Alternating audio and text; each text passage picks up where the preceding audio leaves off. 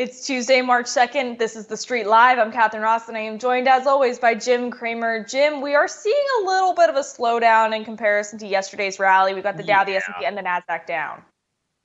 Yeah, I'm looking at it, and I think we have to accept the fact that we were up so much yesterday that this is actually kind of what you want. And I had Mark Sebastian, who's our VIX guy for real money, who's so good on yesterday, did it for off the charts. And I think this is very in keeping with what he expected, which is that, we've got you have an up 600 Dow and it's down 83. The NASDAQ's a little disconcerting. And the NASDAQ's disconcerting because it keeps being the same companies that people sell. They sell NVIDIA endlessly. They think that NVIDIA has become a crypto situation. I disagree with that. Apple goes down very, very quickly and does not have the support. It goes up 5 and then it gives up. I think it'll give up a lot of that. So I do think that what we have here is a market in consolidation, which is good, but the NASDAQ's not consolidating. The NASDAQ is still a free-for-all, and we don't know where it's going to go. And for instance, we had an amazing piece out this morning on Broadcom that was very positive, and the stock's down 7. So there's great antipathy toward a lot of the typical tech stocks. Yeah, and I just want to note, Jim, that over on ActionAlertsPlus.com today on our daily rundown show, we will be specifically talking about NVIDIA and AMD based on a Jefferies note. So if you're interested in that topic, you got to come join us on over there. Now, Jim, I want to dig into what you said last night on Mad Money. Now, you broke down the not so obvious reopening stocks, which are still winners for you. Yes. Well, look, what I'm trying to do is explain to people that we may have to go past the Royal Caribbeans. Now, Royal Caribbean, by the way, let's just understand, there's a whole cohort of people who buy these secondaries because they like them. And, well, it's a primary for Ralph, but it's primary for RCL. And they take the stock up. And that's new. Typically when you have a stock that's run so much, traditional investors will blast it out. They'll say, look, I'll take some stock down. And when it gets to, stock was priced at 91. And when it gets to 92, they'll blast it out. Well, now the stock's at 94. That's rather amazing because they've had a lot more dilution. It's not necessarily clear when they're going to sell again. But people have decided that this is a reopening play. Now, who are the people? We really don't know. But we know, let's just call them a-traditional buyers. And when I see that kind of thing for Royal Caribbean, and for Norwegian, by the way, what I say to myself is, we're in a moment where there are people who say, hey, you know what? Royal Caribbean is going to do really well, so I got to own some of the stock. They do not say they missed it. They never think they missed anything. And I'm from the school which just says, you know what? Royal Caribbean is up 25%, and I missed it. I've been in favor of Norwegian now, and I know that Frank Del Rio knows this, he's the CEO. I've been recommending Norwegian since it was 16. It's now at 31. Is it cheap at 31? I don't think so. But it doesn't matter. This whole new cohort can't wait to buy the stocks that they think are going to open. And, I was talking about how I don't want any airlines. I want Boeing. And people were saying, well, Jim, the other day you said you like Southwest. Well, yeah, look, I do, I'm trying to say that as between the airlines and Boeing, you want to own Boeing. If you ask me what airline I like Southwest. I am often asked about things that a cohort that they asked me to opine on. Oil, I like Chevron, which hasn't done as well as EXXON, and I like Pioneer. So people then say, well, listen, Jim, you can't have it both ways. You can't hate oil and like those stocks. And I come back and say, it's the opposite, Catherine. People ask me what I like in the sector, and I've got names. And there's this new cohort of people doesn't believe in the notion that stocks that you can't like a stock in a sector. If you hate the sector, you can't like a stock in it. And that's the opposite of all of Wall Street research. All of Wall Street research is predicated on the idea, if you're covering a group, there'll be one stock that you at least think is worth owning. And I am very much from Wall Street research. And that is very upsetting to a huge number of people. Well, Jim, it's like what my dad always told me, which is the world isn't black or white, it's gray. And you have to be okay to accept that gray part. But yes, Jim, and when I look at, I was taught by Lee Cooperman, who's a very famous investor, who's made billions of dollars and given away hundreds of millions, maybe billions. And I got taught that, look, when you go speak to a client or when you're running money for someone, they may say, look, I think that the paper stocks are going to do well, because I had brought in a company with three brothers who sold their paper company to a large paper company. I still feel I should keep it confidential. And what's very interesting is they wanted to own a paper stock. I didn't like the paper stock, but there was International Paper and a couple other papers, Stone Container. And I recommended Stone Container, and it had a very big run. Did I want everyone to be in Stone Container? No. But if you asked me and said, listen, I need a paper stock, I'll do the research and decide. And I think that that's the way I was taught. And what bothers me about this new generation is that they don't even think that there could be another way to analyze. Whereas I am totally open to analyzing any way that I think can help people make money. If you tell me GameStop, I was intrigued by it. If you tell me that Rocket Mortgage is good, I happen to have done a lot of work with Rocket and Jay. And Jay is a terrific. I knew Dan Gilbert. Dan is great. Jay Farner is a guy I've gone back and forth with multiple times. I think that Rocket is very good. So then people say, well, Jim, you didn't like Rocket before. Well, Rocket reported a great quarter. And Rocket also gave you some metrics which said that if rates go up, they still do well. And they have very low bad loans, the lowest in the industry. So I didn't change my mind, Rocket. I just heard the Rocket story. It was better than I thought. Square, okay. I had liked Square for a long time. And then I felt it had gotten too rich. But then when they told me about the bank last night and I broke the news of their bank, I said, well, that makes tons of sense. I really like the idea of them having a bank, because then it's a more of a closed loop situation. So things change, things are fluid, but this group won't let you change your mind. Now, so that's why it's really important to stick by your guns and remember how you were taught, as I was in the 80s at Goldman. And I'm sticking with it because I made a lot of money, and I made a lot of money legitimately. And you can check all my records. I did not have any investigations by the SEC. I periodically would get inquiries that were where you got someone who said that you bought calls and want to know why, and you answer and it goes away. But I really feel very strongly that the ethos of how people invest now versus how they invested when I got in the business are very different. And I think it's a shame, because I think that the skill set that I learned is a very good one. Jim, I want to ask you about Zoom's earnings, because I'm wondering if this is a missed opportunity. They did beat analysts' expectations in their earnings report, and they also forecasted, the revenue forecast came out ahead of Wall Street expectations.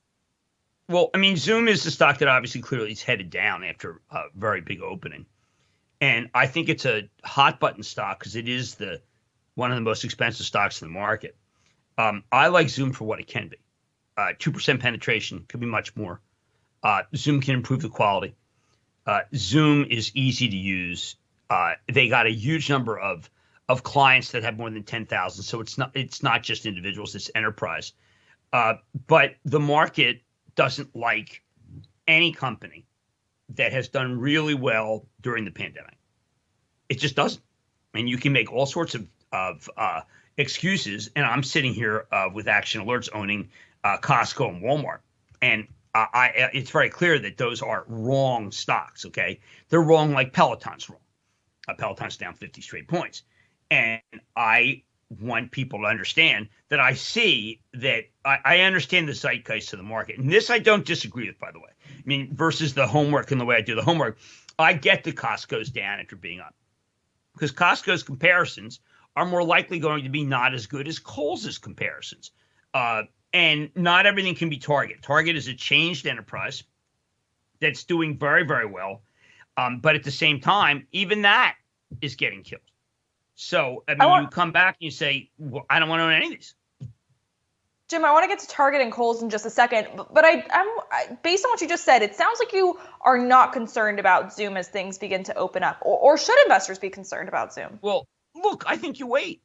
Let the sellers have their way. Obviously if a stock opens up 30 and then it's only up $1, there are people who want out in the worst way. And you have to judge exactly the tenor of things. Zoom, Costco, Target, these are companies that did very well during the pandemic. Royal Caribbean, very badly during the pandemic. Now, people are not going to change their mind about that. They are literally looking and saying, oil did poorly during the pandemic, so now we want to buy oil, even though you have whole towns that are like, getting rid of gas stations.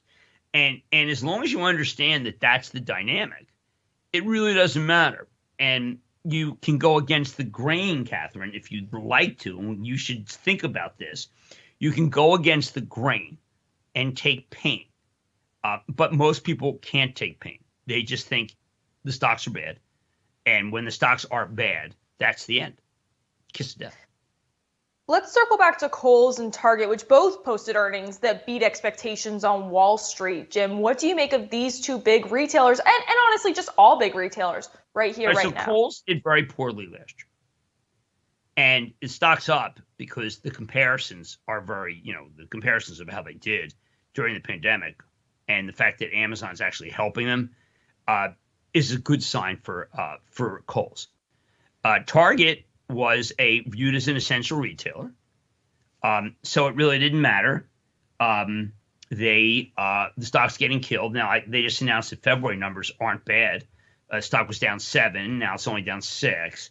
But the fact is, it was valued by people as something that was essential last year. And it's not this year, even though they say comparable sales rose at least 20%. Now, for February. Now, if that stock can rally on those February numbers and reverse the selling, then it might be a compelling stock. But right now, you're guilty until proven innocent if it worked last year. Jim, there's a stock that I want to bring up again, and that's Beyond Meat, specifically because it was your Mad Dash, but there was also a city note. So you said that partnerships matter when it comes to Beyond and noted that it is still early days. Well, remember, the partnerships are food service. So that's not going to matter yet because McDonald's has not installed make lines for Beyond, and we don't know exactly how much what the Yum deal is really going to play out to be. But we do know that all of these companies want a plant-based alternative because of what their customers want. And if that is the case, then I think you have to take a swing at Beyond if you want to. It's very speculative. But I do think that Beyond is here to stay, and it's been hurt very badly by food service. And when these food service places open up, it's going to do very well. So I would buy it ahead of that. Do you have, maybe this is too speculative for you, Jim, but I am wondering if there's maybe a timeline that we can look at to see when this will go from the early days of Beyond to maybe when it's more mature and when the market around Beyond is more mature. Well, no, this is about food service. They have competitors that are not, Impossible is a GMO company. I think the more people learn about that, the more people will shy away from Impossible, even though it tastes good. But this is just purely a case of they believe, and I have to believe them, that when you get these food service companies open and they're selling a lot, they're giving out a lot of Beyond, like your cafeteria and people come back to work, then it will do well. I don't think I think it is going to do very well, and I think that Beyond is a very attractive spec right here. So this morning your stop trading was Dow Chemical, and you said the commodities are going higher. Where can you buy Dow? Well, Dow is one you missed. It's the upgrade. It took it to its 52-week high. It yields 4.4. That's very positive. But what I respect that I missed it. And now when I mentioned it, I just mentioned basically as a reason why you like Jim Fitterling, because he came on Mad Money when the stock was at 25, and he really, really loved it. And that was, he bought a ton of stock, and that was when you buy it. And that was the call that I was making. Now, At the top of the show, we talked about Chevron, we talked about Exxon. Your real money column this morning focused on EV and Exxon specifically. So now you say that Exxon's board moves do indicate that there are numbered days of gasoline, but you also note that oil has done remarkably well so far. Yeah, I mean, I think that oil got beaten up. I got, by only mentioning two of them, I guess I could have mentioned all of them. Obviously, Exxon was a winner. I didn't mention Exxon. I didn't know that Exxon was going to go this way, but I just felt that what's going to happen is that you're going to run into some real ESG concerns. So you look at what Exxon's doing, and I think they're blunting the ESG concerns by bringing someone who's very focused on climate. That's a very smart move, and Darren Woods is doing that. It's a very good thing. But I don't think that Exxon. Look, I don't think Exxon's a buy. But, who am I to say that? The stock just keeps going higher and higher and higher. It's at its 52-week high, not its all-time high. It yields 6%. The company's committed to the yield. So, I mean, I guess you could say, the group's pretty good. And yet, I don't want to I have reservations about the group because I think that, and Chevron's up. I have reservations the group because I think that when we get to proxy season in a month or two, people are going to say, wait a second, why are we owning an oil company? And I think that's going to happen. So let's dig into that a little bit. For the investors watching this who maybe have investment in Exxon, how long can this kind of investment last in your eyes? Well, as long as oil keeps going higher, it's going to work. And I don't know how much higher it will go before the Saudis start pumping furiously, because $60 was my price where I thought it could go. And it's hanging in there. Obviously, oil is still very good. It's up 3 cents. It was up $1. But look, it's up. And I just would emphasize to people that if oil goes to 65, these stocks are going to have even more of a run. I think that this is the level where it's high as it goes. Switching over to talk about tech a little bit, Apple has now reopened all 270 of its U.S. stores for the first time since the start of the pandemic, Jim. Stores don't really matter. What matters is the buy online. That's where, and people continue to say that Apple's not doing well. There were some positive notes yesterday. I would have expected someone to come out positively today after the stock was up 5 yesterday, but they didn't. There's great skepticism about how Apple's doing. I continue to say you have to hold Apple and you don't trade it. Yeah, and I just want to note, over the past year, I'm looking at Apple right now, it's up 74%. That's quite good for a year which saw the pandemic, but a market rally, then a market crash. It's pretty crazy.